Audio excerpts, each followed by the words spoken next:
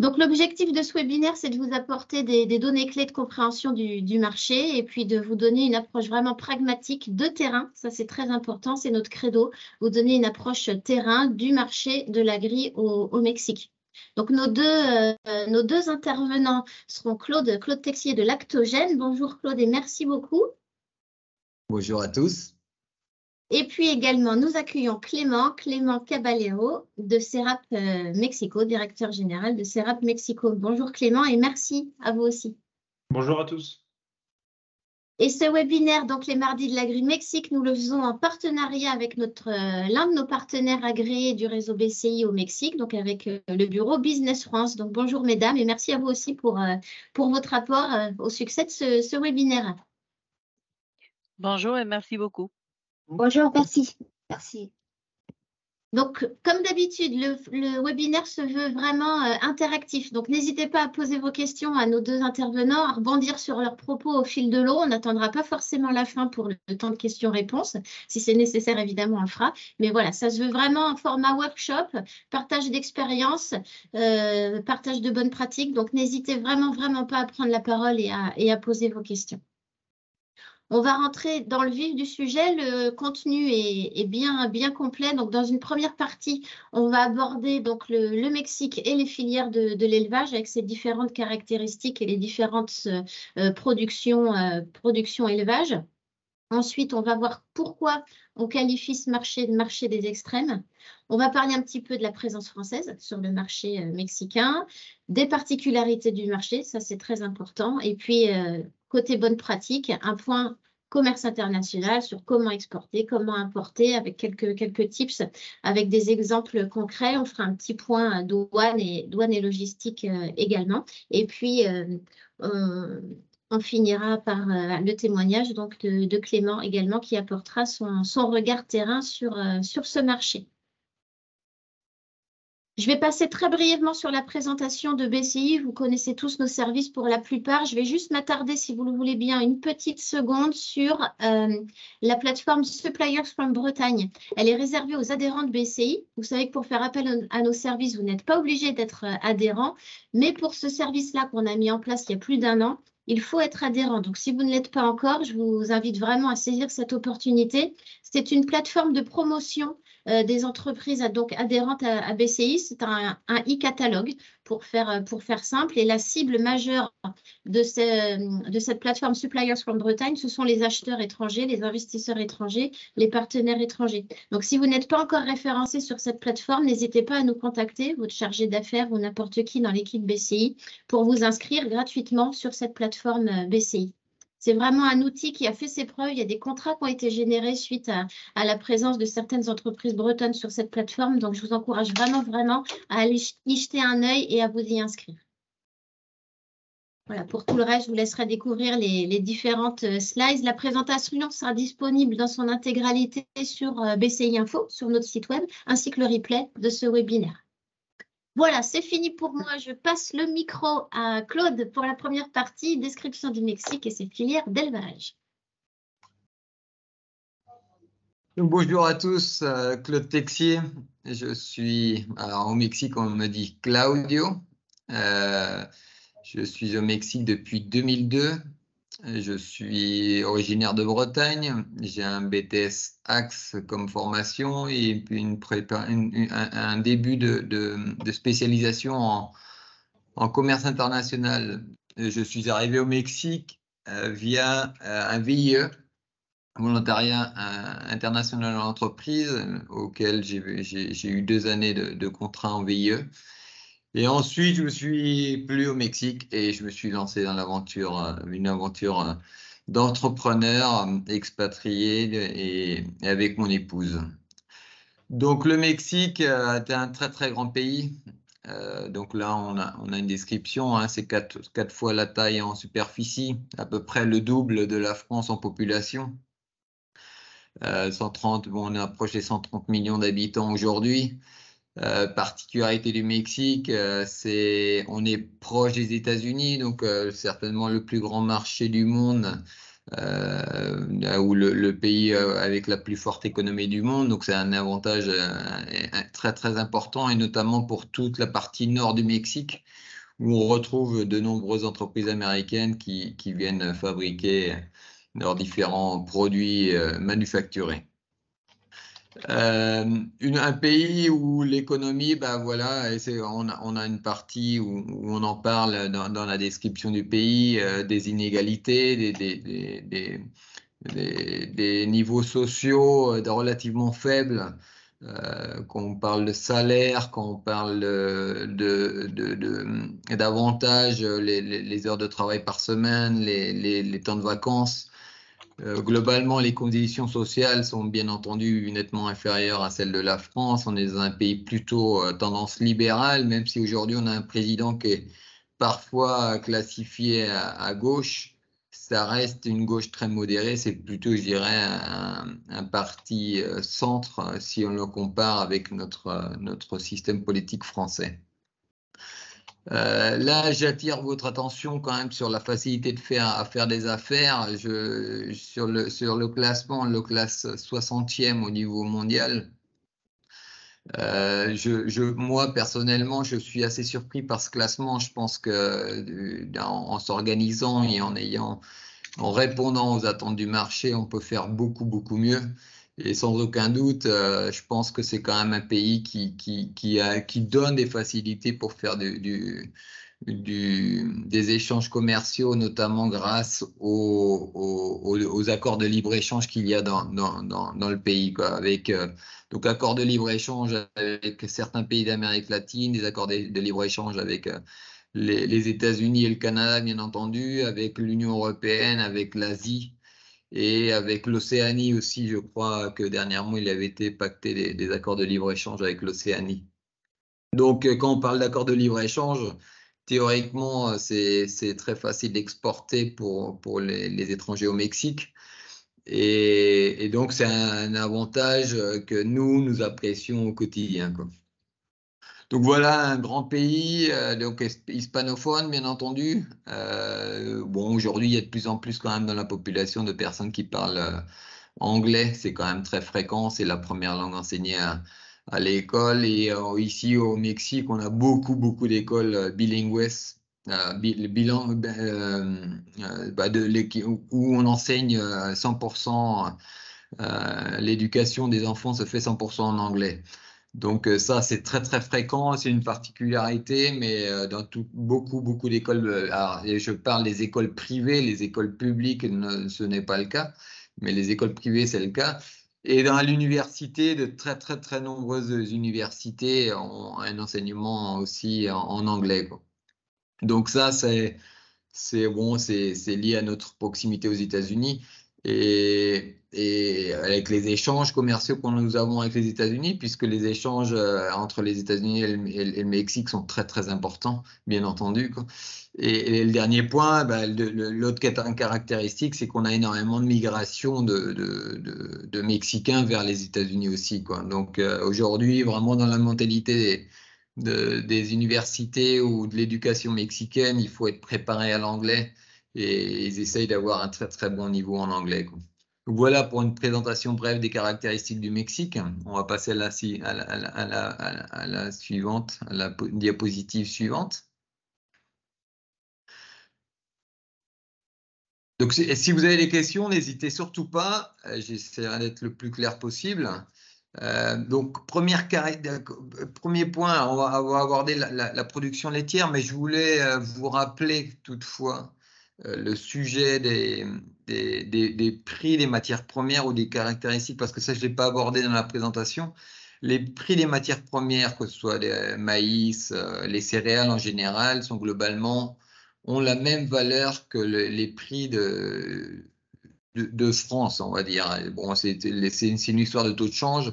Nous, on est dépendant des importations des US, principalement des US, mais bon, ça peut arriver d'autres origines. Le tourteau de soja, les tourteaux de canola qu'on appelle, qui ressemblent au colza, et le maïs grain sont énormément importés des US. Bon, il y a une production au Mexique de maïs, bien entendu, mais on n'est pas autonome. Donc, du coup, on est sur des marchés internationaux avec des prix, même si on est proche des US, ça représente, on doit être à peu près à 3-4 000 kilomètres de la zone de production. Ça arrive en train. Mais ceci dit, les coûts de transport sont quand même relativement élevés et ressemblent essentiellement au coût d'import pour importer du soja en France notamment, quoi. Les coûts maritimes et les coûts de fret en train sont sensiblement les mêmes, quoi. Donc c'est important, le premier point, les céréales, le coût de l'alimentation où les concentrés est sensiblement le même entre la France et le Mexique. Autre point important, les fourrages. Alors ici, notamment cette année, on a des fourrages, alors ça aborde plus la production laitière ou la production des bovins ou des ruminants. Les fourrages sont très très chers, quoi. Donc aujourd'hui, on a plus intérêt à concentrer nos rations avec beaucoup de concentré et diminuer au maximum le fourrage. Bon, voilà, ça dépend des zones. Il y a des zones où on a beaucoup de pâturage, beaucoup d'eau, mais toute la partie nord du Mexique est très aride et avec une problématique de l'eau assez importante, quoi. Donc voilà sur les produits. Alors sur la production laitière, une référence que j'avais pas mis non plus, quoi, c'est le prix du litre de lait. On est sur un pays, donc là comme on en parle, on a une forte production, alors plus faible que la France, 13 milliards de litres contre 23 milliards pour la France. Avec des grosses zones concentrées, donc on a Jalisco, Chihuahua et la Comarca Lagunera, c'est où on est basé. Moi, je suis basé à Torreón, donc c'est le cœur de la Comarca Lagunera. Et là, on a environ, dans un périmètre, par exemple, un rayon de 50 km, on a environ 500 000 vaches laitières, entre 400 et 500 000 vaches laitières. Et donc avec des grosses exploitations. Donc au Mexique, on a une forte consommation de lait, quoi, et du coup, ben, ça veut dire qu'on n'est pas autonome, quoi. Donc ça, c'est un des énormes avantages qu'on a pour maintenir les prix. Ça veut dire qu'on n'est pas sur un marché. Bon, on est un peu contraint aux importations de poudre de lait, donc parfois, ce qui fait tirer les prix vers le haut ou vers le bas. Actuellement, on est aux alentours de 500 € les 1000 litres de lait, avec des variations selon les entreprises. Il y a des entreprises qui vont acheter quasiment 550 € les 1000 litres et d'autres qui vont acheter autour de 450 €, quoi. Mais bon, globalement, on est sur 500 € avec peu de valorisation de la qualité du lait, quoi. En général, on est plutôt sur une valorisation de volume au lieu d'être sur une valorisation des taux. Certaines entreprises l'appliquent un petit peu, mais très faiblement. Et donc, on importe 22% de notre consommation. Donc ça pour moi, c'est colossal, quoi. Et vous comprendrez que le Mexique est même, alors je ne sais pas s'il l'est encore aujourd'hui, mais probablement en 2019, est toujours le premier importateur de poudre de lait écrémé au monde, quoi. Alors moi, c'était une énorme surprise. Il n'y a pas très très longtemps que je sais ça, quoi. Mais j'étais loin d'imaginer que le Mexique était le premier, quoi. 300 000 producteurs, alors forcément, là, on a beaucoup de tout petits producteurs avec des faibles productions. Donc, essentiellement, c'est divisé en 3 modèles, hein. L'élevage hors sol, donc là, on a des grosses exploitations, alors parfois moyennes aussi, moyennes et grosses exploitations, mais qui peuvent aller jusqu'à 10-20 000 vaches, où les gens achètent la totalité des fourrages, la totalité comment on appelle ça, des céréales, bien entendu, peu de production. C'est des systèmes peu autonomes, quoi, finalement, quoi. Ils sont totalement dépendants des achats de l'alimentation. Ensuite, on a des exploitations, des élevages familiaux. Ça, on le retrouve avec des exploitations en général qui vont, on va dire, de 20 à 200, 300 vaches. Ça, c'est dans certaines régions, et on retrouve qu'est-ce que j'appelle une exploitation familiale, c'est plutôt où la main-d'œuvre quand même reste principalement familiale, quoi. Donc ça, on l'a encore, c'est de plus en plus compliqué, mais on l'a toujours. Et puis après, on a un troisième type d'élevage qui est plutôt dans les zones tropicales, où on va avoir principalement du pâturage, on va avoir des très faibles productions de 10-12 litres par vache, le veau il reste sous la mer. On essaie de valoriser au maximum le veau. Et donc, maximum de pâturage, des installations toutes simples. En général, c'est une seule traite par jour. C'est plutôt des races adaptées au climat tropical, plutôt des races zébulines ou parfois des mix. Ensuite, l'élevage, les principaux acteurs du lait. Là, on a donc Lala qui est le leader mexicain, une entreprise basée à Torreón ou qui a sa matrice à Torreón. Ensuite, Alpura qui est dirigé par un Français actuellement, quoi. Sigma, c'est une entreprise qui a pas mal de franchises, notamment celle de Yoplait. Nestlé, je ne présente pas. Santa Clara, alors ça c'est l'entreprise qui est en forte croissance au Mexique pour les produits laitiers parce qu'elle a été rachetée par un grand groupe mexicain de produits, des boissons en général, Coca-Cola, la bière, et donc en forte expansion parce qu'ils ont un réseau de distribution et très très attractif. Et donc gros développement, c'est l'entreprise qui se développe le plus actuellement au Mexique. Et Liconza, c'est une entreprise État et qui a sauvé pas mal la mise pour beaucoup de producteurs. C'est une entreprise d'État avec un prix garanti pour les petits éleveurs. Et Danone aussi qui a une bonne présence. Après, il y a une multitude d'autres acteurs. Slide suivante, s'il vous plaît. Production porcine, donc là, différentes régions, mais même constat que la production laitière, il y a un déficit important. Donc on est 8e producteur mondial, mais on consomme énormément, donc du coup on a des importations très très fortes. Caractéristique un peu de la viande bovine et de la viande de porc, on a des importations de certaines gammes de la carcasse porcine, et on a des exportations de d'autres produits, quoi. Donc en fonction de la valeur ajoutée qu'on peut avoir, normalement les exportations sont sur les produits nobles, les produits de haute valeur ajoutée, et les importations en général, alors là ça peut être un mix de soit des produits de valeur ajoutée, soit des produits moins économiques, quoi, on va dire.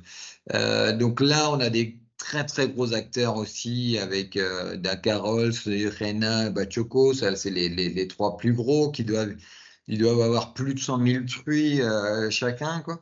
Alors, on n'a pas les données précises de ces 3 gros producteurs, mais après on se retrouve avec beaucoup de producteurs de 20 000, 15 000 truies. Et voilà, après même chose, il y a des tout petits élevages, comme un peu dans l'élevage laitier, quoi. Très fort potentiel de croissance parce qu'effectivement, on arrive de plus en plus à exporter, on est globalement compétitif. Le prix du porc, de la carcasse de porc, on est autour de 2 € aujourd'hui, quoi. Donc, on a des prix globalement, en général, plus élevés qu'en Europe, d'ailleurs, quoi. Moi, je suis souvent ça, je compare le marché français et le marché mexicain, même si aujourd'hui, on est peut-être un petit peu en deçà. Mais ces dernières années, de moyenne, le marché mexicain est plus élevé. Alors forcément, est causé par le fait on n'est pas en surproduction, on est en sous-production, et donc forcément, ça c'est un avantage pour maintenir les prix hauts. Et puis, alors les caractéristiques, globalement, les élevages sont très peu modernisés, donc à niveau technique, des résultats techniques qui sont nettement inférieurs à ceux de l'Europe en général, de la Bretagne bien entendu parce qu'on est très fort. Mais voilà, quoi, il y a certainement l'élevage aura besoin de modernisation certainement. Des zones très concentrées, de production très concentrées, donc Jalisco, Sonora, Puebla, Yucatan, Veracruz. Je vous invite voilà, vous voyez sur la carte, là, vous avez les régions de production. Donc, Sachant qu'il y a des très très grosses variations de prix entre le nord et le sud. Par exemple, Sonora est plutôt un État où il y a peu de population, on produit beaucoup, et où les prix sont très très bas. Et sur Mexico, on va arriver sur la région de Mexico ou même la région de la péninsule du Yucatan, où on va avoir des prix beaucoup plus élevés, avec des variations entre, on va dire, on passe de 1,60 € à Sonora à 2,20, 2,30 dans d'autres régions du Mexique. Alors, difficile à expliquer. Moi, le Sonora est très loin, semble-t-il, c'est des coûts logistiques. Mais j'ai du mal à expliquer quand même ces variations de prix entre une zone et une autre. Slide suivante. Donc, alors la production ovine. Et ensuite, il y a une petite erreur là dans la slide, mais bon. Production ovine et production caprine, 9 millions de moutons au Mexique, c'est quand même très très important. Alors c'est vraiment une production très extensive. En général, on n'est pas sur on peut retrouver des élevages intensifs, de grands élevages intensifs, mais globalement, c'est plutôt quasiment de l'agriculture vivrière. Même chose pour les chèvres. On a beaucoup comment on appelle ça, les pastors, les bergers, beaucoup de bergers au Mexique, et donc qui vont balader leurs troupeaux dans les champs aux alentours, et puis les animaux mangent un peu ce qu'ils peuvent, quoi. Donc c'est des très faibles produits, peu de productivité, bien entendu. Ceci dit, donc, si je prends le cadre de la production caprine, à Torreón, on a des produits gastronomiques qu'on appelle la cajeta, c'est un peu du lait là j'en parle, la confiture de lait, quoi. C'est très très populaire, et donc du coup ça permet de maintenir un peu l'élevage présent. Malgré un prix du litre de lait, notamment pour le vin va très bien actuellement, le prix de la viande ovine va très bien, il y a beaucoup de demandes, et la production et la compétitivité et la productivité des éleveurs est en train d'augmenter grâce au prix. En revanche, le lait caprin est payé sensiblement au même prix que le lait bovin. Donc, du coup, ça ne permet pas de moderniser en aucun cas la production, quoi. Alors, on la retrouve principalement aussi à Torreón, où on est la comarca lagunera, Coahuila, Durango, et puis un peu dans le centre du pays, quoi. Slide suivante. Donc l'élevage bovin dans sa globalité, 28 millions de bovins, c'est une très très forte population de bovins et de vaches, 2,5 millions de vaches laitières, 14,5 millions de vaches allaitantes. Donc, particularité des vaches allaitantes, pareil, on a les cas des zones tropicales. Donc là, c'est vraiment du pâturage où on a de l'herbe pas de grande qualité, mais on a des fourrages abondants dans les zones tropicales en général, même si ces dernières années, on pourrait avoir des sécheresses même dans les zones tropicales. Globalement, c'est extensif, hein. Il n'y a pas de conduite, peu d'insémination, peu de contrôle de l'élevage en général dans les filières de viande. Alors aujourd'hui, on les incite à développer plus comment on appelle ça, la reproduction, à travailler plus la reproduction, parce qu'on a un déficit, on a beaucoup de vaches, mais on doit avoir environ 0,6 veaux par vache par an, donc c'est très faible. Particularité de la filière viande bovine, il y a beaucoup d'exportations donc aux US. On a de l'exportation de viande, bon, c'est pas énorme, mais principalement donc les morceaux nobles. Et on exporte 1 million de bovins aux US. Alors parfois, on est monté jusqu'à 1,5 million. Problématique du Mexique sur ce sujet, la brucellose et la tuberculose est toujours un peu présente au Mexique. Donc du coup, on est un peu limité pour exporter. On pourrait exporter 3-4 millions d'animaux faciles chaque année aux US. Des jeunes des broutards, ce qu'on appelle en France, quoi, des animaux de 300-350 kilos, ou entre 200 et 300 kilos, et qui vont dans des pâturages aux US et ensuite qui vont dans des feedlots. Ça se fait en 2 phases a priori aux US. Alors ici, on a aussi la particularité d'avoir des très très gros engraisseurs. Là, j'en parle, Sucarne, Rancho Lucero, Praderas Huastecas, c'est pour citer quelques-uns, mais des feedlots de 10 000, 20 000 jusqu'à 200 000 bêtes à l'engraissement. C'est la particularité. La plupart des animaux. D'ailleurs, la haute valeur ajoutée de la viande, c'est sur les animaux engraissés en feedlot. Si c'est des animaux qui viennent pas de feedlot, que ce soit les vaches allaitantes ou les vaches laitières, ont un coût plus faible. Les animaux, par exemple, juste pour une référence, même chose, le prix de la viande, carcasse. Les animaux de forme, on est sur du 80 ou de races spécialisées à viande, on est sur environ 4,5 €, quasiment 5 €, entre 4, 5 et 5 € le kilo de carcasse. Et sur les vaches laitières, on va plutôt être sur, alors pas dire de bêtises, sur 3,5 € le kilo de carcasse à peu près, quoi. Donc là, aujourd'hui, il y a énormément de demandes et les prix ont tendance à augmenter parce qu'aux US, la viande bovine, tout est en train d'exploser parce qu'il n'y a pas suffisamment de viande bovine. Slide suivante. La production avicole, donc là, deux acteurs, hein, on a une grosse production au Mexique, mais principalement deux acteurs qui représentent plus de 50% du marché, Pilgrims, donc une entreprise brésilienne aujourd'hui, je crois, oui, mais c'est même sûr qu'elle avait repris un acteur américain qui était déjà présent au Mexique. Donc il y a une grosse production, principalement en élevage en intégration.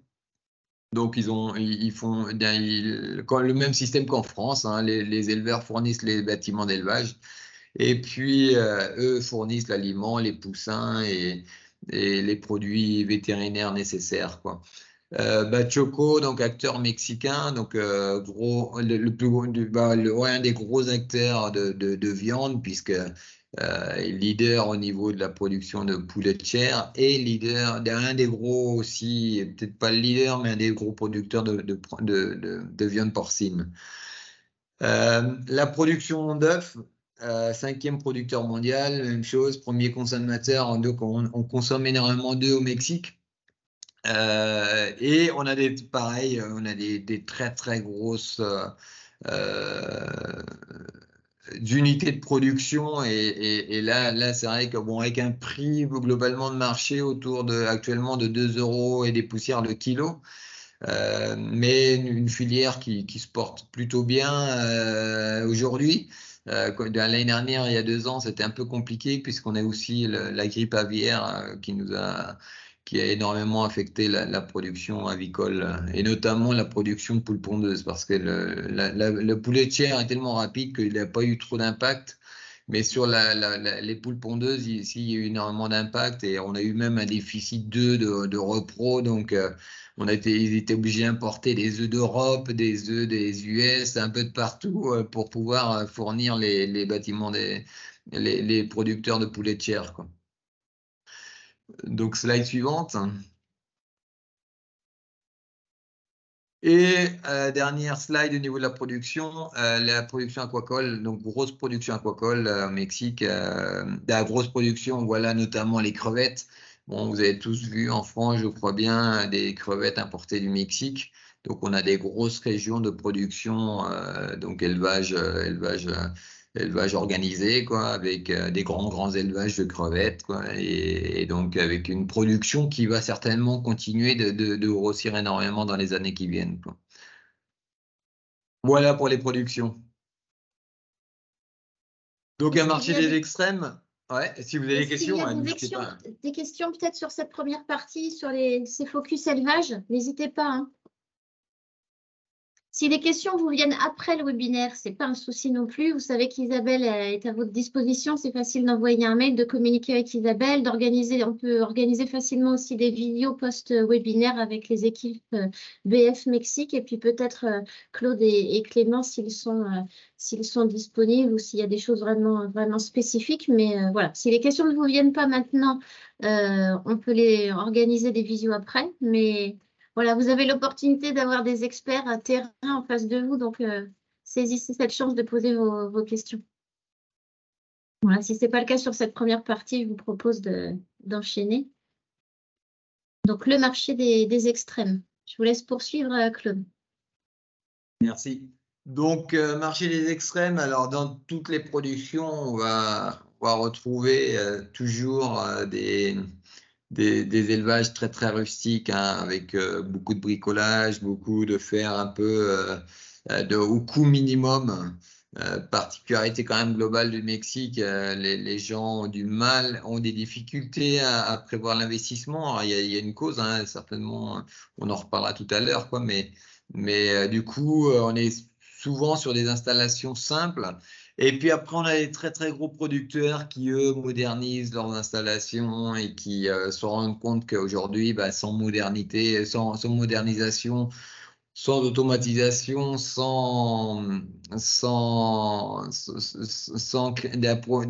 il faut progresser sans investissement, c'est plus possible, et notamment sur un souci qu'on va aborder tout à l'heure, sur le souci de la main-d'œuvre.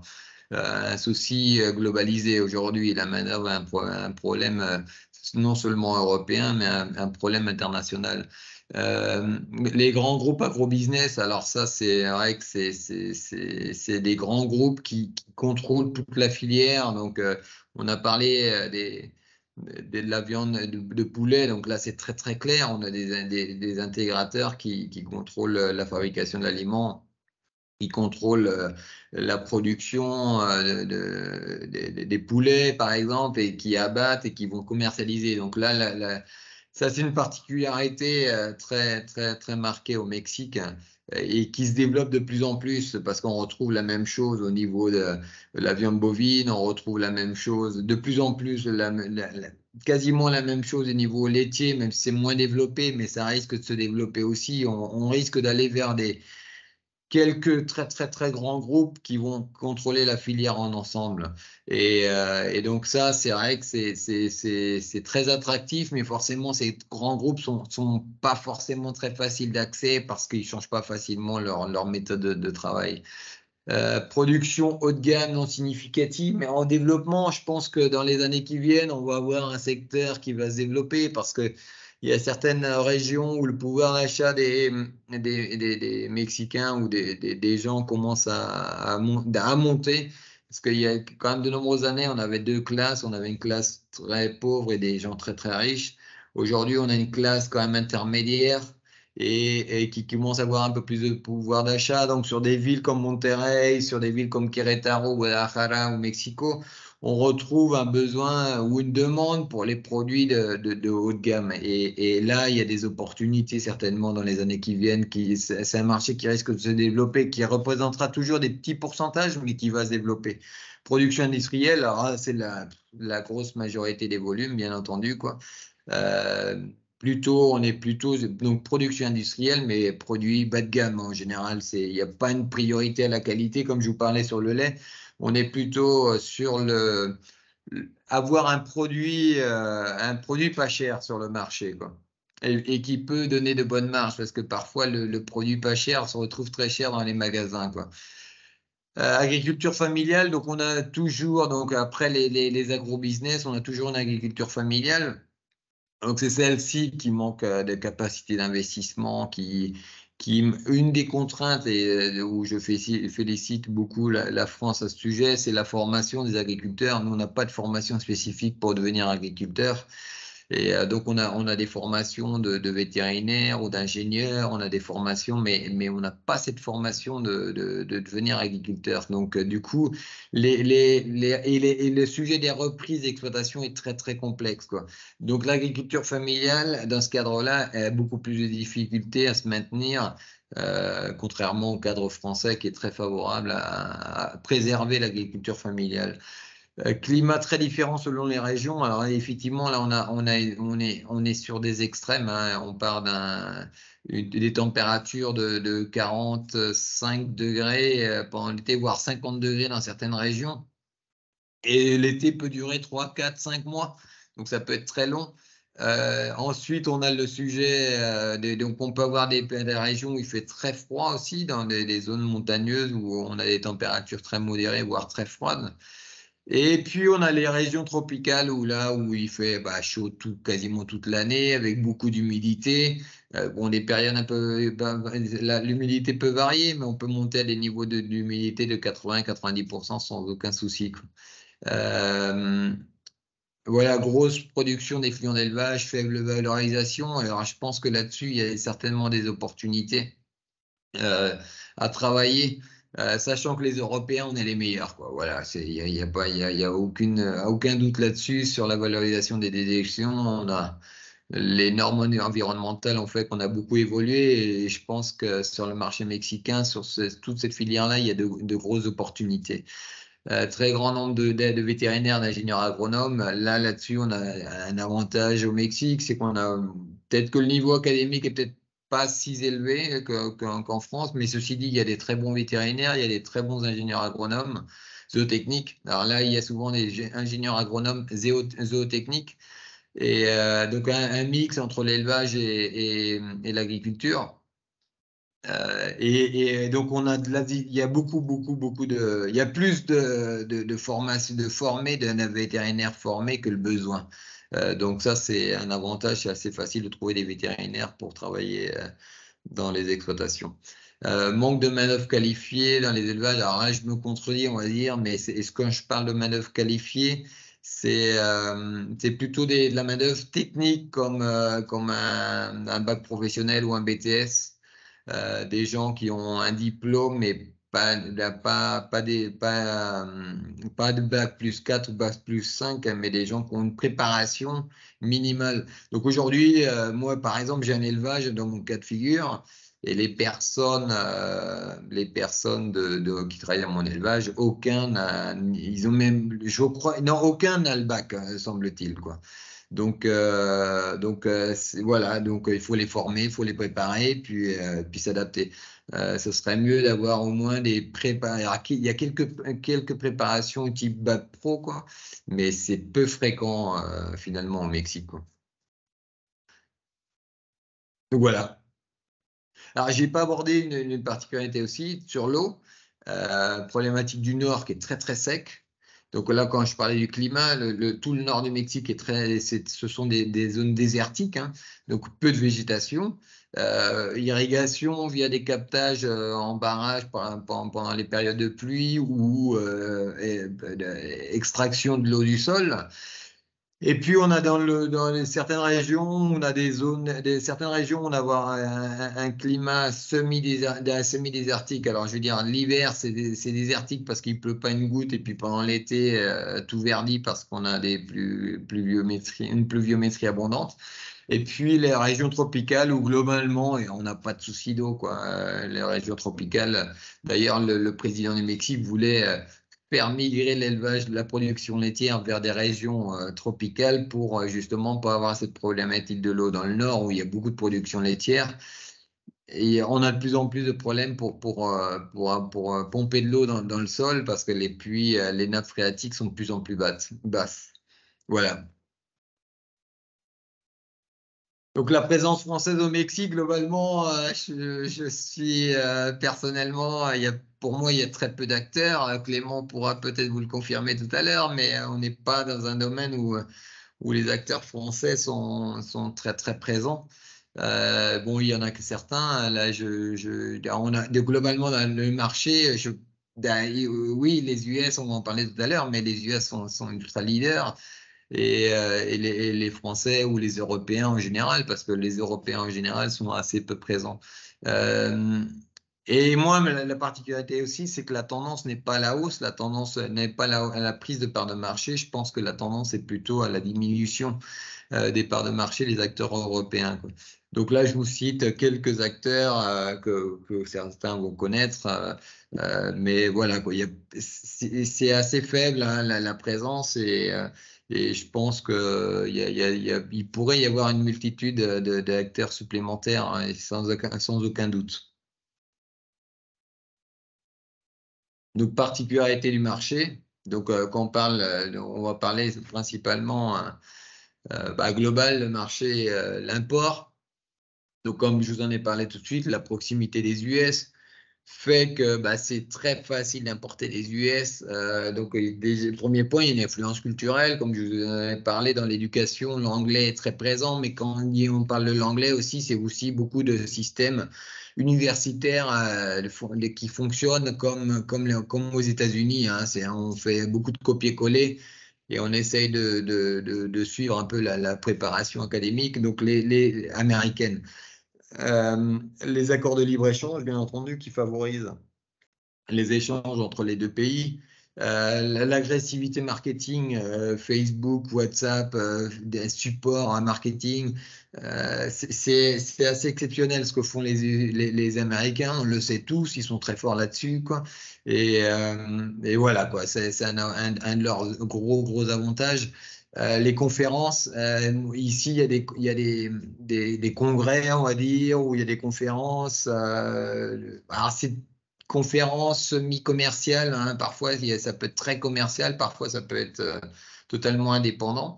Mais ça, ce sujet-là, c'est très important parce que dans toutes les conférences, là, par exemple, il vient d'un congrès vétérinaire ici. Il y a dû y avoir 4-5 Américains à venir à présenter des différents leurs produits ou présenter un sujet technique spécifique. Mais bon, voir des Européens ou voir des Français ici, c'est assez peu fréquent. Alors ça arrive, mais c'est très peu fréquent. Et je pense que ça, c'est important parce que ça impacte énormément les ici, quoi. L'expérience des grands élevages, effectivement, aux US, ils ont l'expérience des grands élevages et comme nous, on ne l'a pas forcément. Et l'expérience des grands élevages, c'est surtout qu'on doit prendre en compte le management. Et moi, je dis souvent un grand élevage ou un petit élevage se conduit de la même manière, mais la seule différence entre un grand et un petit, c'est qu'il faut beaucoup de management dans un grand. Et ça, on n'est pas vraiment très spécialisé dans le management des grands troupeaux en France, quoi. Importation au délai court, ça c'est un énorme avantage, c'est que j'achète aujourd'hui, dans 2 semaines j'ai la marchandise ici. En général, les US ont beaucoup d'inventaire, beaucoup plus que les Européens, donc c'est très rapide pour importer, quoi. Et puis la monnaie de change, le dollar, ça c'est essentiel. Nous, on n'est pas dans une économie dollarisée. Mais on est dans une économie qu'on connaît, tout le monde connaît plus ou moins le taux de change du dollar. Donc, on sait à quoi correspond le dollar. Est-ce que l'euro, c'est beaucoup plus vague. Personne échanger, monétiser ou vendre en euros, c'est parfois un peu plus compliqué, quoi. CERAP pourra vous l'informer. Les listes de prix de CERAP ne sont pas en euros. Elles sont plutôt en dollars, parce que le marché est plus clair, c'est plus clair pour les Mexicains en dollars. Les bas prix, alors là je change, j'ai cadré en trois, j'ai divisé en 3 l'import pour le produit, essentiellement pour l'industrie de l'élevage, quoi. Je parle pas vraiment pour les autres filières ou les autres filières ou les autres activités économiques. Donc oui. Il y a justement, simplement pour rebondir sur la partie import-export, nous, lorsqu'on s'est implanté CERAP il y a maintenant quasiment 10 ans, dans notre étude de faisabilité, ce qu'on a remarqué, c'est que vu qu'on souhaitait réexporter une grande majorité de nos produits, le Mexique est vraiment la pierre angulaire de tous les accords multilatéraux sur la zone. Et comme l'indiquait Claudio en prémisse de la présentation, d'autres zones également. Donc, un exemple concret, lorsqu'on exportait depuis la France vers l'Équateur, directement, on payait autour de 17% de droits de douane au moment de l'importation en Équateur. Le fait d'avoir un produit made in Mexico, en passant par le Mexique, on ne payait plus de droits de douane à l'importation en Équateur. Et c'est le cas pour de nombreux pays en Amérique latine. Voilà, donc là, il y a un intérêt aussi très fort du Mexique qui est vraiment bénéficié de tous les accords multilatéraux. Merci Clément pour le compliment. Donc ensuite, les produits bas prix, les bas prix, le bas prix des produits chinois, ça c'est assez spectaculaire. Donc, un premier point, c'est que les Chinois ont une capacité une agressivité commerciale. Ce que j'appelle l'agressivité commerciale, c'est que On reçoit quotidiennement ou chaque semaine des offres d'entreprises chinoises. Ils lancent les prix, ils n'hésitent pas. Si tu achètes tel volume, tu as tel prix. Une réactivité aux échanges assez spectaculaire. J'ai l'impression qu'ils dorment jamais. Ils sont 24 heures sur 24 connectés, quoi. Donc, énorme agressivité commerciale. Qualité variable, et effectivement, les produits chinois, ça peut être très bien, ça peut être très mal, mais globalement, peu de savoir-faire technique, ils connaissent pas trop l'élevage, ils ont en général ceux qui fournissent et qui fabriquent, mais ils ont très très peu de liens, ils font très peu de tests de leurs produits, donc ils savent pas trop ce qu'il en est vraiment, quoi. Et puis une stratégie basée sur les volumes, hein. Eux, effectivement, ils cassent les prix, mais c'est effectivement la seule contrepartie, c'est qu'il faut acheter du volume. Si on n'achète pas de volume, ils vendent pas, quoi. Ils savent pas faire. Ils savent pas faire de petites quantités, quoi. C'est pas dans leur forme, leur manière de faire, quoi. Et puis l'Europe, alors sans aucun doute pour l'élevage, le meilleur savoir-faire, ça c'est clair, on est au top. Je pense qu'au niveau de l'élevage laitier, on est au top. Au niveau de l'élevage porcin, on est au top. Au niveau de l'élevage, la production d'œufs, je pense qu'on est au top. Et les différentes productions d'élevage, on est au top.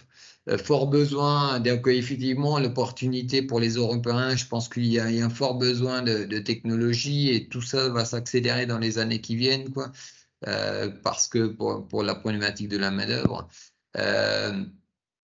Avec l'Europe, il y a la problématique financière, hein, liée au crédit et au délai de livraison. Alors ça, c'est vraiment, c'est devenu depuis le Covid là, vraiment très très compliqué.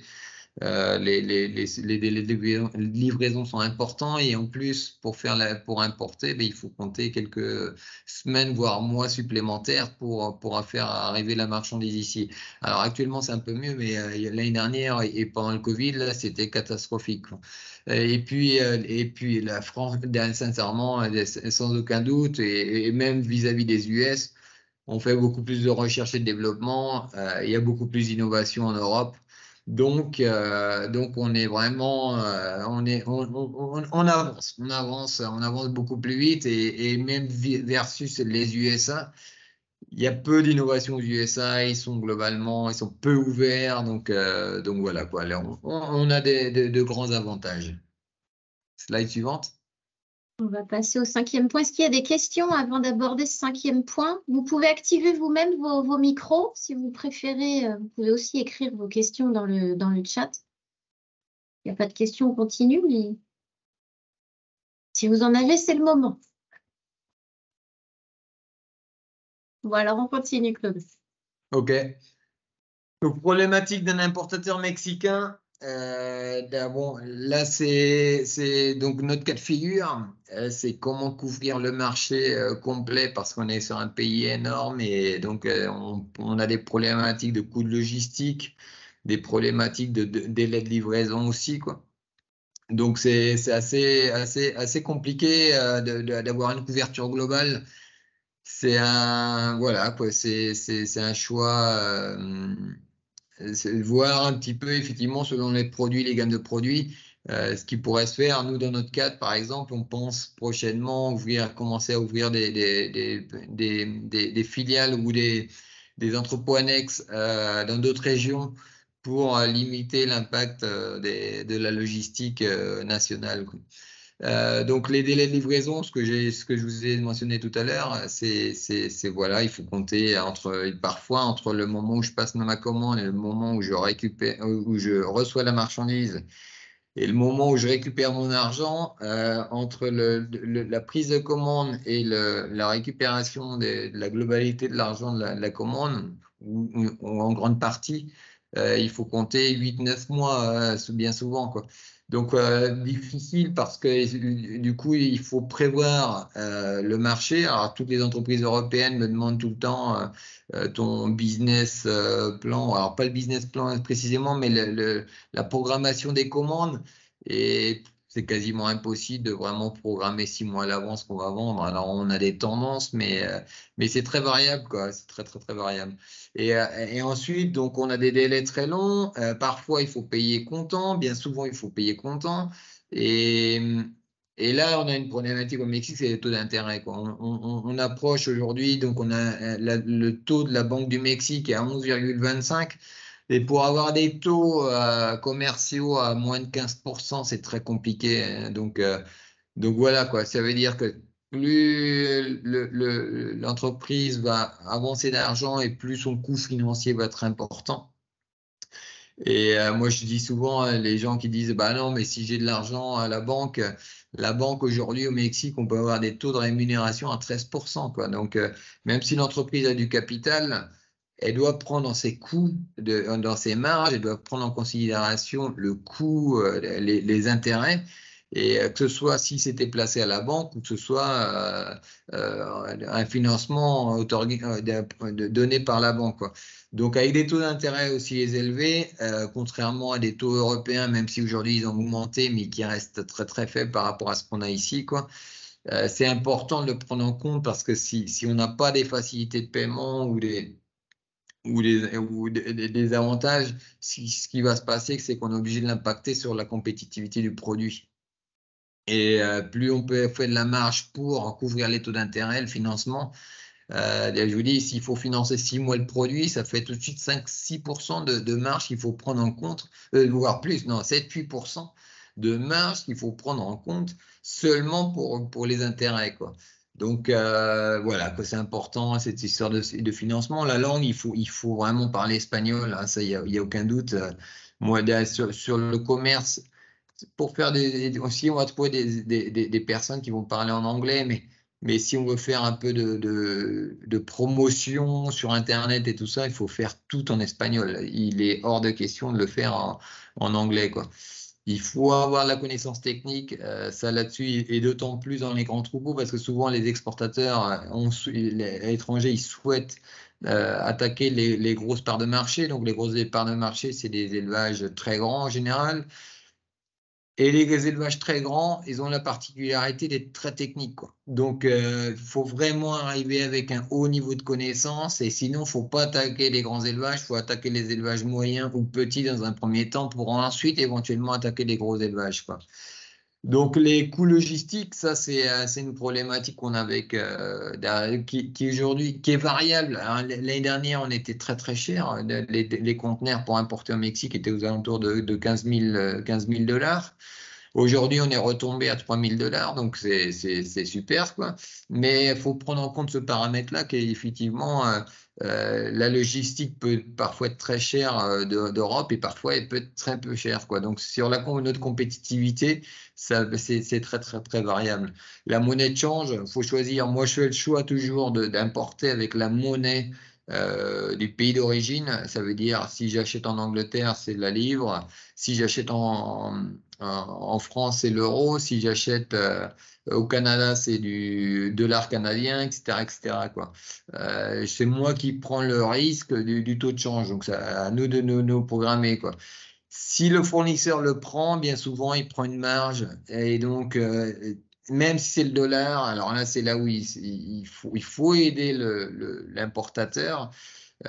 Mais si vous ajoutez 5% de taux de change, de risque, du risque de taux de change, de variation de taux de change, de marge supplémentaire, vous réduisez votre compétitivité, quoi. Et ça, je le vois souvent sur nos fournisseurs qui nous facturent en dollars. C'est qu'ils réduisent énormément leur compétitivité à cause de ce facteur-là. Ça joue sur 5-10%, et 5-10%, c'est énorme. Donc l'importateur, c'est à lui de juger, effectivement, parce que nous, les taux de change, ça bouge en permanence. C'est le désavantage de travailler le grand export, et notamment sur le Mexique, c'est que ça monte, ça descend, ça monte, ça descend. En quelques jours, on peut prendre 5% supplémentaires. En quelques jours, on peut prendre 5% de moins. Donc là, c'est l'habitude, c'est l'expérience, mais qui fait que tout de suite, on augmente notre compétitivité ou pas en faisant des bonnes opérations sur les taux de change, quoi. Et voilà, quoi. Bon, sujet important, quoi. Les conditions de change, voilà, c'est ce que je viens de dire, c'est la variabilité en une semaine. Par exemple, le peso était monté à quasiment 19%, 19 pesos le mois dernier. Et puis là, il est retombé à 17%. Donc, on fait plus 10 ou moins 10 en quelques semaines et très rapidement. Donc, c'est très, très compliqué. 19 pesos, 1 dollar. 17 pesos, 1 dollar. Et l'euro. Alors, l'euro, en général, quand l'euro perd de la valeur vis-à-vis du dollar, le peso augmente. Et vice-versa, si le peso, l'euro prend de la valeur vis-à-vis du dollar, le peso prend de la valeur vis-à-vis du dollar aussi, quoi. Donc les pourcentages de marge au Mexique en général sont beaucoup plus élevés qu'en Europe. C'est pas du tout les mêmes manières de penser parce qu'il y a beaucoup de risques, parce que il y a les taux de recouvrement sont pas à 100%. Bon, en général, on arrive à se faire payer, quoi, mais parfois ça peut être très long, hein. C'est fréquent d'avoir des clients qui nous payent 1 an, 2 ans après la prise de la livraison, quoi. Donc c'est un peu long et donc ça génère des coûts. Mais alors tout ça, effectivement, en échange, on est sur des politiques de marge tout le temps beaucoup plus élevées qu'en Europe et beaucoup plus élevées qu'aux US. Et puis, alors le point important, et pour tout importateur, et c'est ça qu'il faut être très très clair là-dessus, il faut travailler sur le long terme. Si on veut faire de l'import-export avec l'Europe, on peut pas penser sur le court terme. Et moi, j'ai vu beaucoup d'entreprises venir au Mexique, européennes, qui pensent sur le court terme et sur le court terme, bah, ça fonctionne pas, quoi. Ça fonctionne pas, quoi. Contrairement à l'Europe, il y a beaucoup d'entreprises qui s'amusent à acheter euh, des produits similaires. On va dire sur le marché, il y a 5 catégories de produits. Et donc, en fonction du produit, il y a 5 produits comparatifs, c'est sensiblement la même chose, quoi. Donc, en fonction du marché, les gens vont choisir plutôt tel ou tel produit. Et sinon, globalement, les gens, quand ils achètent un produit, ils changent très peu dans l'élevage, quoi. Et ils vont l'utiliser sur la durée. Donc, ça veut dire que s'il y a une rupture d'approvisionnement à un moment donné, ou un changement de distributeur ou quoi que ce soit, c'est foutu. On recommence à zéro. Bien souvent, c'est le cas. Ça veut dire qu'on perd le client et le client, le jour où tu reviens 2 mois après pour dire ah, j'ai de nouveau le produit, il ne revient pas avec toi si facilement que ça. C'est très, très compliqué. Tandis qu'en Europe, je pense que ça, c'est beaucoup plus facile, quoi. Voilà. Slide suivante. Problématique exportateur, donc effectivement, trouver le partenaire fiable, c'est toujours compliqué, mais ça, c'est un peu global, c'est un peu, que ce soit aux US, que ce soit en France, que ce soit où que ce soit dans le commerce, trouver des partenaires fiables, c'est compliqué, fiable économiquement. Et puis, alors bien souvent, il y a plein d'entreprises qui ont importé d'Europe, qui sont motivées par le projet européen, mais pour des questions financières, ça dérape. Et au Mexique, c'est très facile de déraper parce qu'on n'a pas non plus la connaissance comptable ou on n'a pas une analyse comptable comme en Europe. Et donc, les grands groupes peuvent l'avoir, bien entendu, mais les petites, moyennes entreprises, et encore les grands groupes, certains grands groupes, ils ont une analyse financière, une projection financière qui est souvent limite, quoi. Donc, moi, je vois des gros clients où je comprends pas du tout leur politique, quoi, mais bon, voilà, quoi. Mais ça crée des complexités parce que parfois, bah, j'ai plus de sous, il faut que j'attende, et puis bah, l'exportateur il désespère, et puis la relation commerciale capote, quoi. Mais il faut être patient, et puis faut être flexible, ça c'est super important parce que si on n'est pas du tout flexible, ça fonctionne pas. Alors ça c'est clair, quoi. Et l'élément Euh, important à ce niveau-là, auquel fait allusion aussi Claudio, c'est que bon, comme dans beaucoup de cultures d'Amérique latine, on est sur un système un système économique où la relation humaine est très importante. Donc, sur ces sujets-là de relations et de partenariat, il faut vraiment savoir que la relation humaine va être parfois beaucoup plus importante que le process et que la manière dont le niveau de relation avec la personne avec qui on échange va beaucoup influer sur la possibilité à réaliser un business avec eux. Et ça, c'est un point culturel très important au Mexique. Il faut vraiment favoriser la relation humaine au sein du business.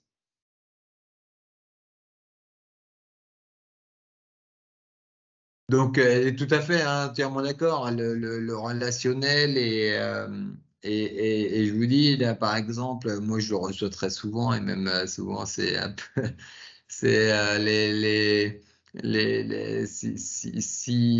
délais de paiement, par exemple, au Mexique, moi, je relance mes clients, mais on leur donne beaucoup de flexibilité, quoi. Et moi, je le vois avec l'Europe, c'est très différent. Alors, il y a des fournisseurs qui ont compris hein, notre fonctionnement et tout, et donc ça se passe bien, mais d'autres, ah oui, si t'es à une semaine de retard, on va te suspendre le crédit, c'est pas normal, etc., quoi. Alors que, bah oui, voilà, non, non, excuse-moi, mais là j'ai retardé 10 jours parce que le taux de change il a explosé et je suis obligé d'attendre qu'il redescende un petit peu, quoi.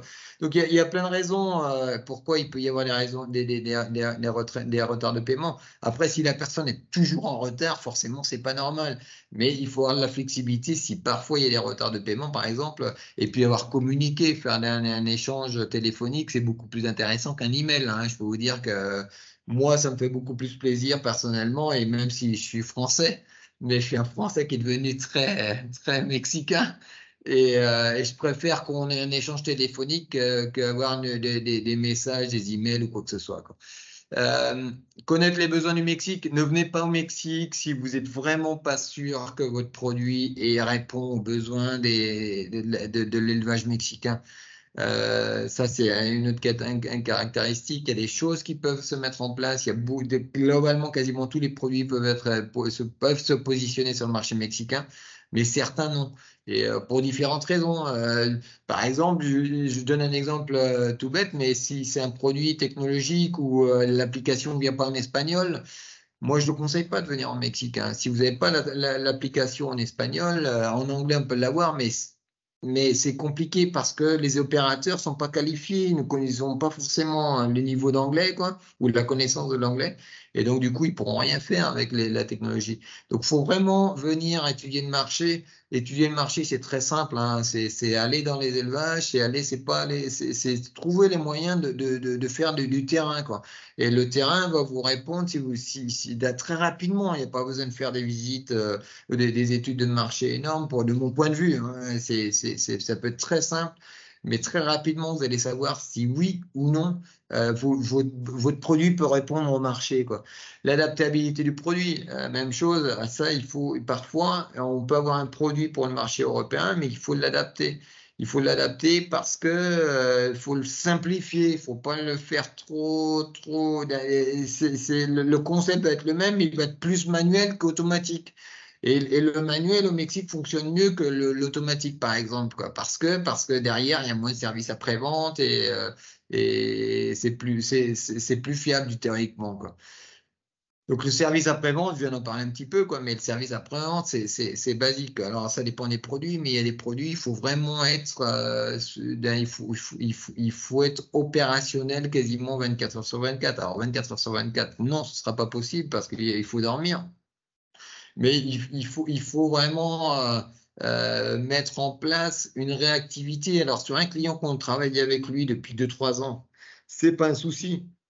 Mais sur un client nouveau où la relation commerciale débute, il faut vraiment travailler là-dessus, il faut vraiment être réactif parce que moi ici, j'ai eu des problèmes très compliqués avec le service après-vente avec des entreprises européennes avec les produits technologiques. L'électricité, bien prendre en compte ce facteur, hein, bon, Clément pourrait vous en parler un peu plus parce qu'ils sont sur des produits aussi électriques. Et donc 110 volts, on peut trouver du 220, mais on n'a pas de 440, etc., etc. Il faut vraiment vérifier ce qui se fait au Mexique pour être sûr de ne pas avoir de soucis techniques. Justement, c'est un point important soulevé par Claudio. Nous, on a décidé de s'implanter au Mexique parce que la zone Amérique latine est une zone de 60 Hz, à l'inverse de la zone française en 50 Hz. On avait des problématiques de compresseurs. Voilà, donc effectivement, les configurations électriques au Mexique et si vous souhaitez également exporter du Mexique sont à prendre en compte, notamment sur des questions d'approvisionnement. Donc la monnaie, merci Clément. la monnaie de facturation, la monnaie, alors moi je conseille toujours la monnaie d'origine d'où c'est fabriqué les produits, parce qu'il y a aussi des groupes français qui fabriquent pas forcément en France, et donc du coup ils font taux de change dollar, euro, euro-dollar ou euro-peso. Donc il faut vraiment être clair là-dessus, parce que si vous prenez des marges supplémentaires pour le risque de taux de change, pour moi, c'est pas la stratégie. Personnellement, je considère que c'est pas la stratégie, parce que on crée on augmente le prix de nos produits en risquant, pour couvrir le risque. Et en Europe, c'est vraiment très très fréquent, parce que on n'aime pas prendre de risques. Ça, c'est une particularité européenne. Moi, je prends beaucoup de risques. Tous mes prix sont fixés. Je les vends en pesos. Je ne vends rien en dollars. Tout est en pesos. Je prends le risque. Voilà. Bon, après, avec l'expérience, il y a aucun souci. Tout se passe bien. Après, j'ai toujours le risque d'une dévaluation massive, comme on a pu le voir en Argentine ou au Mexique dans les années 90. Bon, il y a une part de risque, mais on essaye de se couvrir au mieux, quoi. Et j'ai une tarification globale, normalement, quasiment annuelle, quoi. Donc, peu de changements, et les Mexicains n'aiment pas trop les changements. Alors, quand on peut éviter les changements de variation de tarifs tous les 2 mois, alors sur les produits de l'alimentation animale, je sais que oui, il n'y a peut-être pas le choix, quoi. Mais il faut trouver des solutions, parce qu'il y a des solutions pour éviter ces variations de coûts, quoi. Et différentes stratégies commerciales, qu'est-ce que j'appelle différentes stratégies commerciales? Effectivement, c'est d'avoir un seul distributeur représentant au Mexique, d'en avoir plusieurs dans différentes zones, etc., etc. Et éventuellement d'avoir des partenaires pour qu'ils fassent toute la partie import, la partie stockage, et qui vont livrer seulement aux clients à la fin. Et ça, là-dessus, je pense que toutes les stratégies sont valides. Le seul point à prendre en compte, c'est que si vous avez une stratégie de multidistributeur, ce sera toujours compliqué avec plusieurs distributeurs d'avoir une politique marketing globale.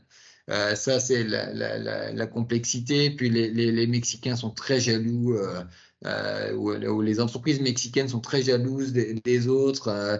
Dès qu'il y a un petit doute, ah, t'as vendu un tel, ouais, c'est pas normal. Tu m'avais dit que j'étais exclusif pour cette zone-là. Et les histoires d'exclusivité, en général, ça se passe pas très bien. Et Clément, même chose, il pourrait vous en parler un peu plus que moi. Le slide suivant, tu vas en reparler tout à l'heure, Clément. Je me fais gardienne du temps, messieurs, je suis désolée, Ouais. je fais un peu le gendarme, il va falloir qu'on accélère un petit peu pour pas trop Ouais, déborder non, du mais temps voilà, il n'y a pas de souci pour ça, je dis. qu'on avait Donc, prévu. la communication WhatsApp, de téléphone, fondamentale. Les emails, oubliez-les, quoi. Pour le Mexique, moi, personnellement, les Mexicains, je travaille avec tous mes clients 100% WhatsApp. Bon. Les emails, ça devient très, très, très rare. Décalage horaire, prenez-le en compte. Il faut absolument qu'il y ait une personne qui travaille plus tard le soir pour les échanges avec l'Amérique latine. Il faut pas des horaires à 4h, 5h ou 16h, 17h. Non, pour le Mexique, il faut au moins qu'il y ait une personne qui travaille jusqu'à 19h. Le responsable export Amérique latine, il peut pas travailler jusqu'à 16h, parce que sinon, 16h, c'est 9h du matin au Mexique. Ça veut dire qu'on est complètement en décalage. Donc, l'information, elle n'est pas fluide. Pour moi, c'est très important. Et si la personne peut terminer à 20h pour l'Amérique, c'est beaucoup mieux. Il faut mieux qu'elle commence plus tard le matin, quoi. La langue, l'espagnol, je vous en ai parlé tout à l'heure. Communication visuelle, c'est fondamental, hein. Si vous voulez vendre, il faut de la vidéo, il faut de la photo, c'est super important. Les Mexicains aussi sont très friands des études scientifiques. Les études scientifiques, ici, en général, en nutrition animale, par exemple, ils demandent beaucoup la référence des universités américaines. Et ben, en général, en France, on n'a pas trop d'études d'organismes autonomes, entre guillemets.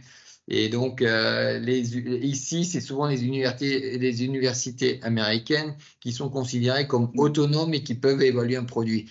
Et le catalogue des produits, ça c'est aussi très fréquent. Il y a beaucoup d'entreprises qui n'ont pas de catalogue produit, quoi. Donc, je vous conseille fermement, avant d'attaquer un marché, il faut avoir un catalogue concret de ce qu'on offre sur le produit. Si vous n'avez pas un catalogue en espagnol concret de ce qu'on offre, Bah, c'est compliqué parce que moi, je vois, j'ai plein de fournisseurs qui me le fournissent pas et ils perdent énormément d'opportunités parce que comment je vais communiquer si j'ai pas de photos, j'ai rien sur les nouveaux produits ou sur des produits parfois vieux. Non, il faut vraiment être clair sur ce qu'on a à vendre. La slide suivante. Donc, la communication, accord de libre-échange, autorisation douanière. L'autorisation douanière, c'est pour faciliter tous les échanges. Hein. Après, tout est simple. Hein. L'accord de libre-échange, c'est un avantage. Là, hein, c'est plutôt la partie douanière. Mais, donc, le UR1, ça, c'est très compliqué parce que pour le Mexique, toute la documentation, donc, ce que j'appelle vérification documentaire, doit être clean. On doit être clean de A à Z. Et bien souvent, on a des problématiques parce que les fournisseurs ne veulent pas faire la documentation selon les règles mexicaines, ils veulent la faire selon les règles européennes. Mais on a des problématiques de code douanier, on a des problématiques d'origine, on a plein de problématiques. De toute façon, là-dessus, c'est simple, mais il faut être flexible. Si on n'est pas flexible, même chose, c'est très compliqué. J'ai parfois des fournisseurs qui sont pas flexibles. Eh ben, on ne peut pas importer leurs produits parce qu'il y a un manque de flexibilité. Taxes et TVA, normalement, bah, voilà, comme tous les pays d'importation, les produits d'origine européenne, et on n'a pas de taxes, zéro taxe. Et la TVA, on est sur du 16%, quoi. Donc, c'est le même concept. Les produits à 5,5 de TVA en France sont à taux zéro normalement au Mexique et les produits à 20% sont à 16% au Mexique, quoi. Pour rebondir sur ce sujet-là, une information aussi importante, le Mexique propose des programmes de zone franche, notamment si vos objectifs sont d'importer puis de réexporter une partie de ce que vous réalisez au Mexique. Nous, par exemple, Serap, nous sommes zone franche au Mexique, c'est-à-dire que nous importons avec d'abord sans droit de douane et sans TVA. Voilà. Et donc, ça nous permet de réexporter et de faciliter un peu nos questions de trésorerie et de cash flow. OK. Les orientations très rapidement de l'administration publique, il y a peu de prix garantis aux petits producteurs sur certains segments de production agricole, donc le lait notamment, quoi, et certains produits. Alors c'est un programme qui se développe pour pas avoir d'abus d'achat pour les petits producteurs. Subvention fédérale, aujourd'hui, c'est quasiment inexistant, mais très, très faible. Avant, les années passées, il y avait beaucoup de soutien à l'agriculture, à l'investissement dans les élevages, mais aujourd'hui, c'est très faible. Seulement certaines régions, les régions, les fédérales, les régions, les États, quoi, parfois soutiennent l'investissement avec des subventions qui peuvent parfois être relativement élevées, quoi. Donc là aussi, juste parce que on l'a pas dit, mais le Mexique est un pays fédéral. Voilà, donc il y a des décisions qui sont prises au niveau donc fédéral, comme aux États-Unis, et d'autres au niveau étatique. Mais le pouvoir de l'État, des différents États, reste fort au Mexique, et c'est à prendre en compte dans votre étude de faisabilité si vous êtes intéressé par le Mexique. Par contre, la législation fiscale est globalement la même pour tous les États. Donc là, c'est un avantage. Au moins, pour les échanges entre les États, il n'y a aucun souci, contrairement à d'autres pays. La réglementation environnementale, je passe très vite, mais en gros, il y a très peu de réglementation environnementale, quoi. Donc, pas beaucoup de contraintes, sauf sur des abus, mais c'est très, très, très faible, quoi. Sur la production, même chose. Hein, on n'a pas de contraintes particulières. On n'est pas le bien-être des animaux et tout ça, c'est pas encore dans les mœurs. Même sur comme je vous en ai parlé tout à l'heure, un peu sur le social, les normes pour les salariés, tout ça, il y a de la flexibilité. Alors ça évolue, il faut faire attention. Il y a des normes. Je dis pas qu'il y a zéro norme sur la partie salariale, mais voilà, c'est un peu, c'est plutôt light en comparaison de la France. Les normes administratives, même chose. Hein, globalement, tout est assez simple et personnellement, je considère que voilà, si on est une entreprise zéro corruption, on peut faire tout ce qu'on a à faire sans plonger dans la corruption, qui peut être un problème au Mexique, mais Ça, c'est un problème. Nous, on est une entreprise qu'on se considère zéro corruption parce que on veut pas tomber dans ce piège, parce que sinon, c'est un cercle vicieux. Et ça fonctionne très bien sans zéro corruption. C'est Nasica pour les normes d'importation, même chose. C'est des procédures qui peuvent parfois être très longues, mais globalement, ça se passe plutôt bien, quoi.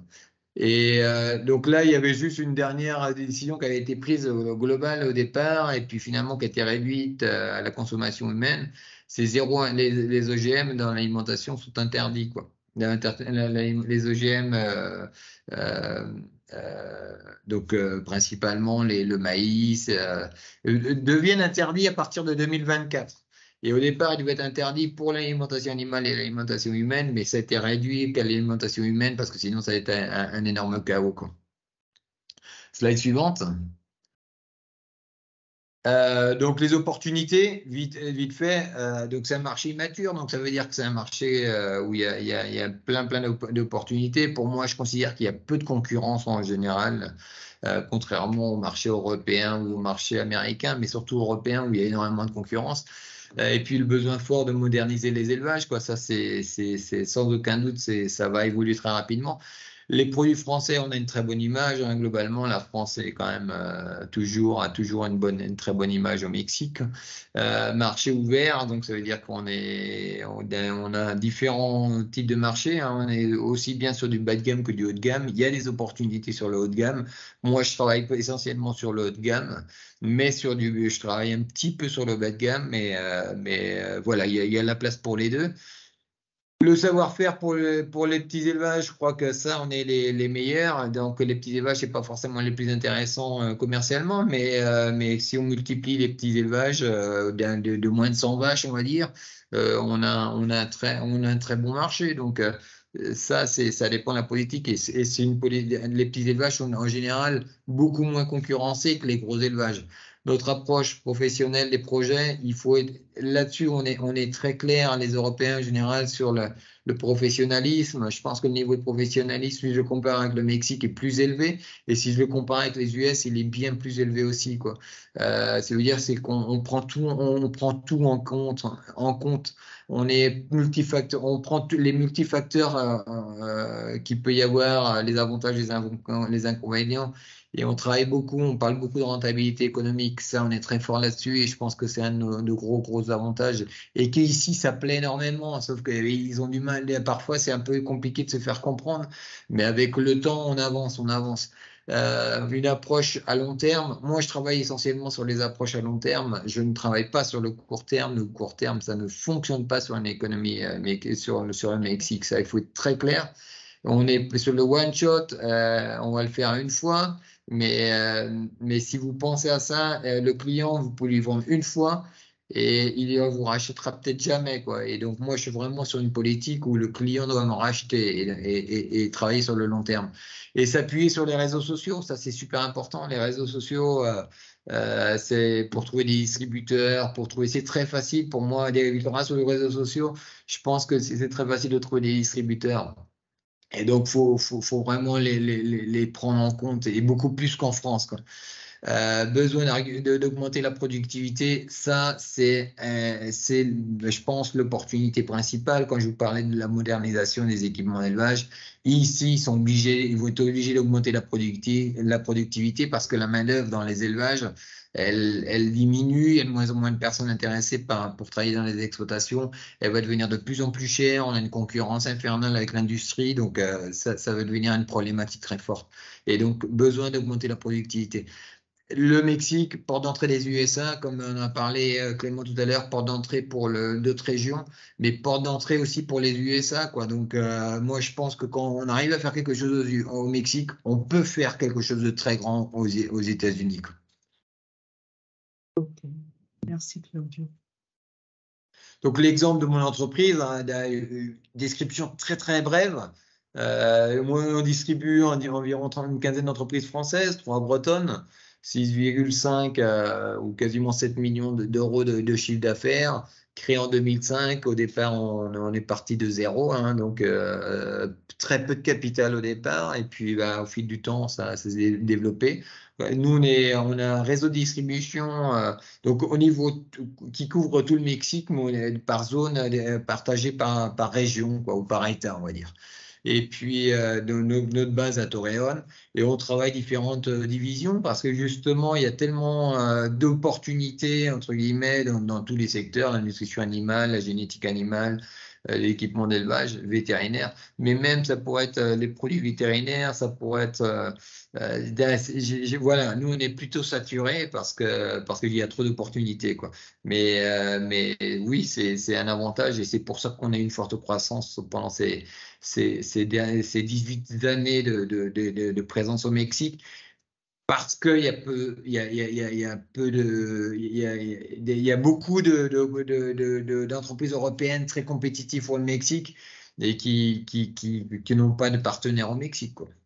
Donc, il y a plein d'opportunités en permanence, quoi, voilà. Merci beaucoup, beaucoup, Claudio. Merci pour ces infos pragmatiques très complètes. Merci beaucoup. Il nous reste 4 minutes pour le témoignage de Clément, en espérant que le timing de Teams du webinaire ne coupe pas l'enregistrement. Désolé Clément, on a débordé sur les prévisions. Mais merci encore Claudio, c'était vraiment riche et très intéressant. Non, mais pas de souci. Merci à Claudio.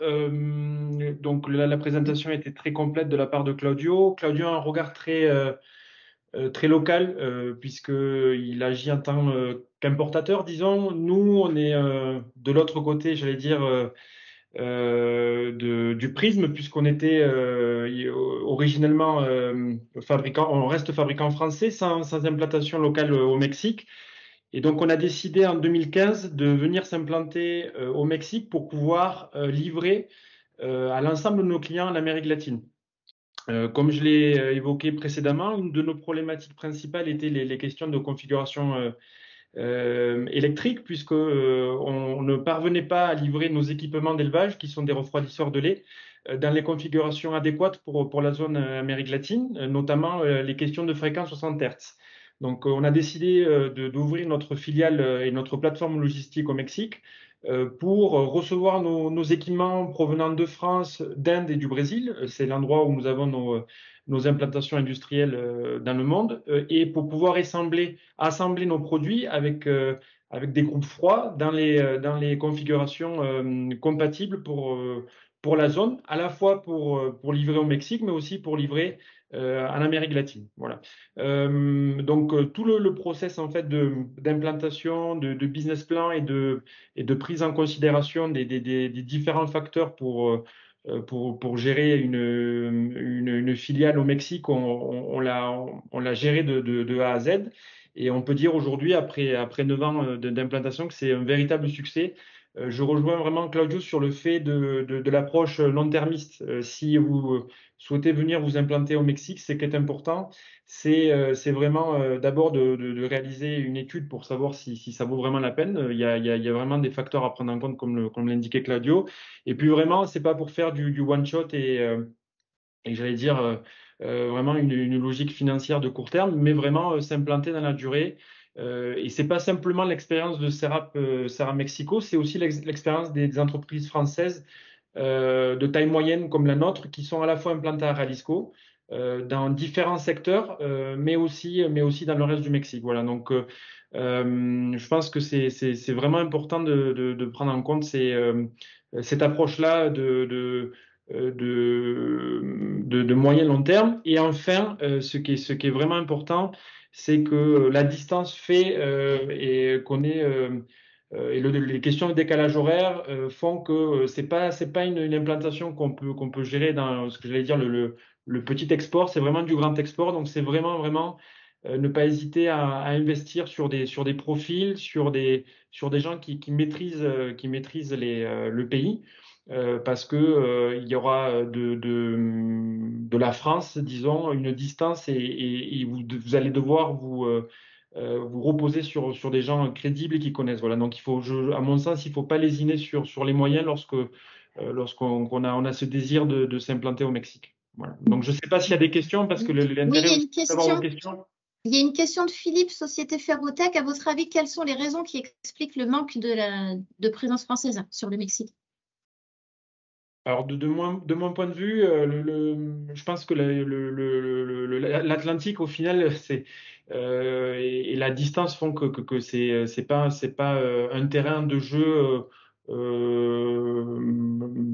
logique ou naturel pour les entreprises françaises, voire européennes. On voit que certains pays européens sont un peu plus présents, j'allais dire peut-être les Allemands, qui ont vraiment un peu plus de propension à s'intéresser au Mexique, mais je crois vraiment que le côté culturel peut être un frein parfois. Il faut vraiment des profils de personnes qui connaissent, qui savent s'adapter. Ça peut devenir très difficile si vous maîtrisez pas les tenants et les ficelles pour vous implanter au Mexique. Donc il y a aussi des agences comme Business France qui sont là pour vous épauler, mais voilà, on ne s'implante pas au Mexique comme on s'implante en Italie ou en Allemagne. Donc c'est vraiment des questions et des spécificités à prendre en compte dès le départ. Et c'est pour ça que je disais qu'il faut investir sur des profils et pas lésiner sur les moyens. Moi, juste une petite parenthèse par rapport à ça. Le fait qu'on est un pays collé aux US, je pense que c'est plutôt un facteur psychologique. C'est que les gens pensent que comme on est proche des US, eh bien on a la concurrence américaine qui est à portée de main, quoi. Et donc oui, effectivement, la concurrence américaine est très très forte, quoi. Mais ceci dit, le marché mexicain est énorme et donc on doit pas avoir peur des produits américains, on ne doit pas avoir peur de la proximité américaine. Bien au contraire, je vous dis, je vous le répète, en filière d'élevage, on a un savoir-faire qui est nettement supérieur aux US. Et donc, on a de la place pour tous nos produits, quoi. Je pense qu'aussi, ça a été aussi la ferveur pour l'Asie, les pays en voie de développement, mais les pays du tiers-monde ou d'autres pays du tiers-monde. Mais le Mexique, effectivement, par sa proximité avec les US, en général, c'est pas un pays prioritaire pour les entreprises françaises, quoi.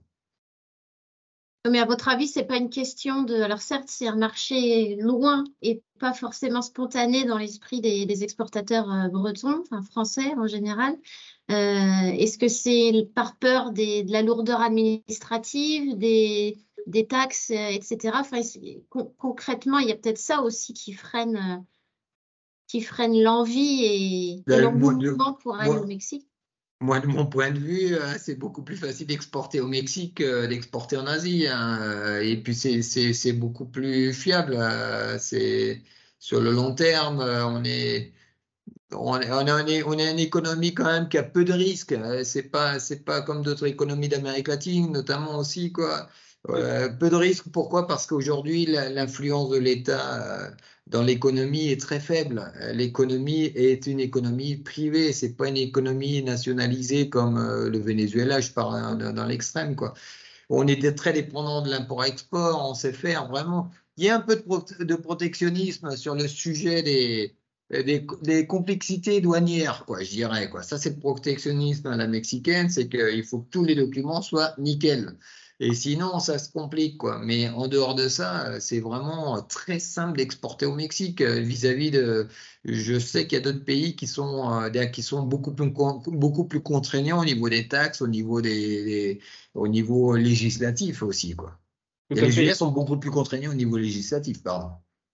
Ouais, tout à fait. Et l'autre élément aussi, c'est la méconnaissance dans l'inconscient collectif français, entre guillemets, du Mexique. On considère le Mexique comme un pays touristique à la base, comme un pays aussi où il y a beaucoup de corruption, avec un fort risque pays, et c'est pas le cas aujourd'hui. Donc c'est là aussi, c'est arrivé aussi à détruire un peu cette image du Mexique. Qui n'est pas que touristique, c'est un grand pays industriel. Si aujourd'hui vous regardez les indicateurs de croissance à tous les niveaux dans différents domaine d'activité par rapport aux indicateurs français et européens. On est sur des croissances à 2 chiffres dans bien des domaines. Donc, de manière générale aussi, c'est, je pense, arriver à approfondir un petit peu, depuis notre fenêtre française, la connaissance qu'on a sur ce pays et sur les portes qu'elles ouvrent en Amérique latine et aux États-Unis. Voilà.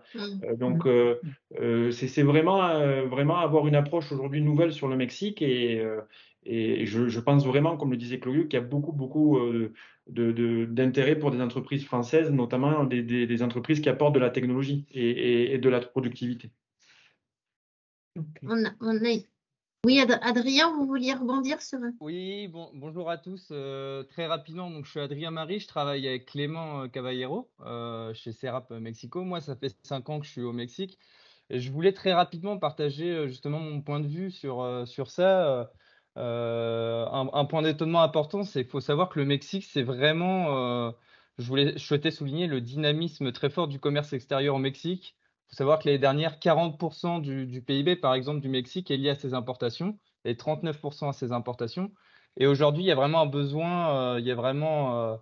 besoin fort du Mexique de se détacher, d'être moins dépendant lié aux États-Unis et donc de continuer à vouloir travailler avec l'Europe, notamment la France.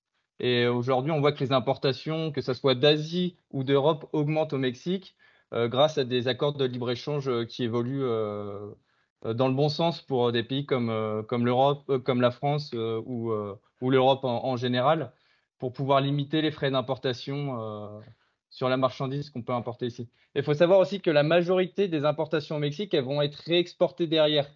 Aujourd'hui, c'est grâce à des programmes aussi au Mexique qui permettent ça. Le fait d'importer et d'exporter derrière, on va avoir des avantages fiscaux grâce au Mexique, quoi, grâce aux lois ici.